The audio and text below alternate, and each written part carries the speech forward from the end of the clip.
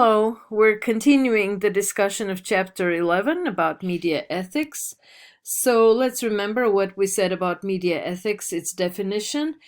It is a set of rules, moral standards that we observe because we live in society and we need to respect each other and make sure we don't hurt each other. There are a lot of examples in media, and you can address them, you can look at them to see how media ethics can become an issue. For example, we know that the journalists have protection for free speech constitutionally through the First Amendment.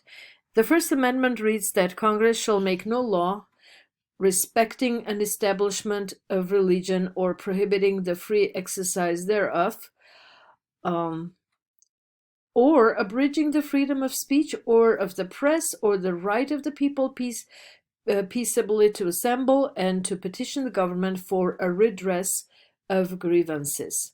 So, in essence, journalism is all about free speech. But in order to practice journalism effectively, without hurting others, we need to balance privacy rights with the public's right to know. It doesn't mean that because we have the right to know, we can invade other people's privacy, reveal their personal matters, their personal secrets, expose them in front of others, and put them in an unfavorable light.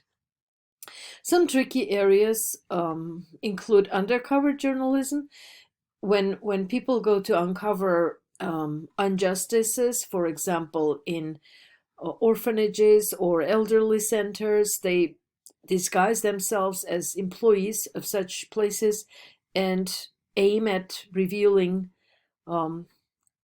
law-breaking activities. However, there is an ethical aspect to this because of the misrepresentation of who they are. Their findings can sometimes be taken not so seriously. Victimizing the victims further by revealing identities through media, especially when it comes to victimization that goes along with embarrassment, such as rape, and misrepresentation or plagiarism of other people's work. Therefore, in journalism, there is a society that observes the code of ethics. In your textbook, it is written up as the list of ethical standards, ethical rules that journalists observe. And in some newsrooms, you'll see those standards posted on walls. First of all, ethical coverage of information means complete coverage of information. So the accuracy of information, its completeness, is part of being an ethical journalist. Seeking out subjects of stories and allowing them to respond is another obligation of a journalist that deals with ethics, not just a good choice professionally, but also due diligence on the part of the journalist to seek out all possible sources that will further have an opportunity to respond. Identify sources when feasible, and most of the time we say that it is more ethical to identify the source, unless we put the source in danger. There are many cases like the Watergate scandal when the source was a whistleblower who could be prosecuted for what they did. Make sure headlines and other promotions do not misrepresent content. Don't make false promises. As you know, a headline in journalism is the promise of the content. Never distort content of photos or video.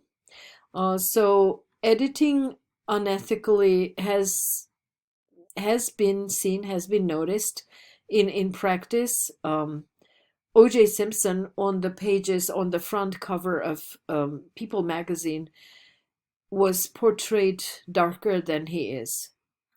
So at that time, the color of his skin was made darker to trigger a specific reaction from the audience who would be more, let's put it bluntly, more racist. Avoid misleading reenactments or staged events that would misinform the public.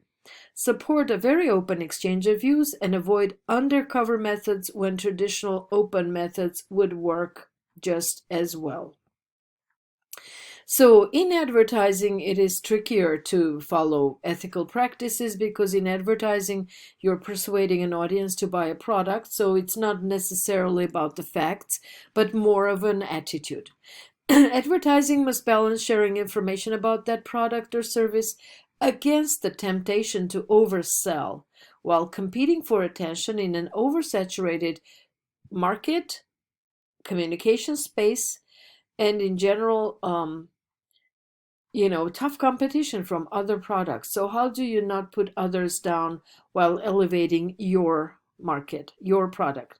So in advertising, and page 312 addresses that in your textbook, the American Marketing Association states that advertisement should not harm others.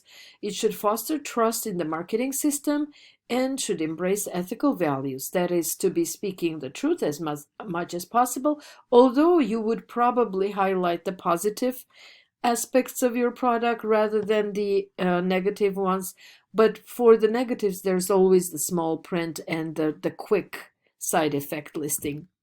The American Advertising Federation says that advertising shall tell the truth and reveal significant facts, the omission of which would misleading the public.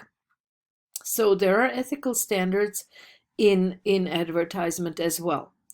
The top concerns regarding ethical practices in advertising include deceptive claims. For example, these pills would help you lose weight. Sometimes, they would greenwash. That is, they would show something in a better light than it is. Deceptive prices, for example, to say it's a going out of business sale, whereas the prices are as usual. Puffery, language that sounds good but doesn't mean anything. Wholesome goodness. Conflict of interest, making money on harmful products, promoting items that you want to sell while serving in an elective office. And here we can remember certain White House individuals doing that at different times, trying to sell their line of fashion items. And here are some examples of that in our day and age. So you can find your own examples if you want to talk about ethics or the lack thereof. But those are bordering with legality, illegality, while holding office. Can you do certain things? And I think ethical judgment stands above everything when you are in the limelight of society, when you are in a public office as an elected official.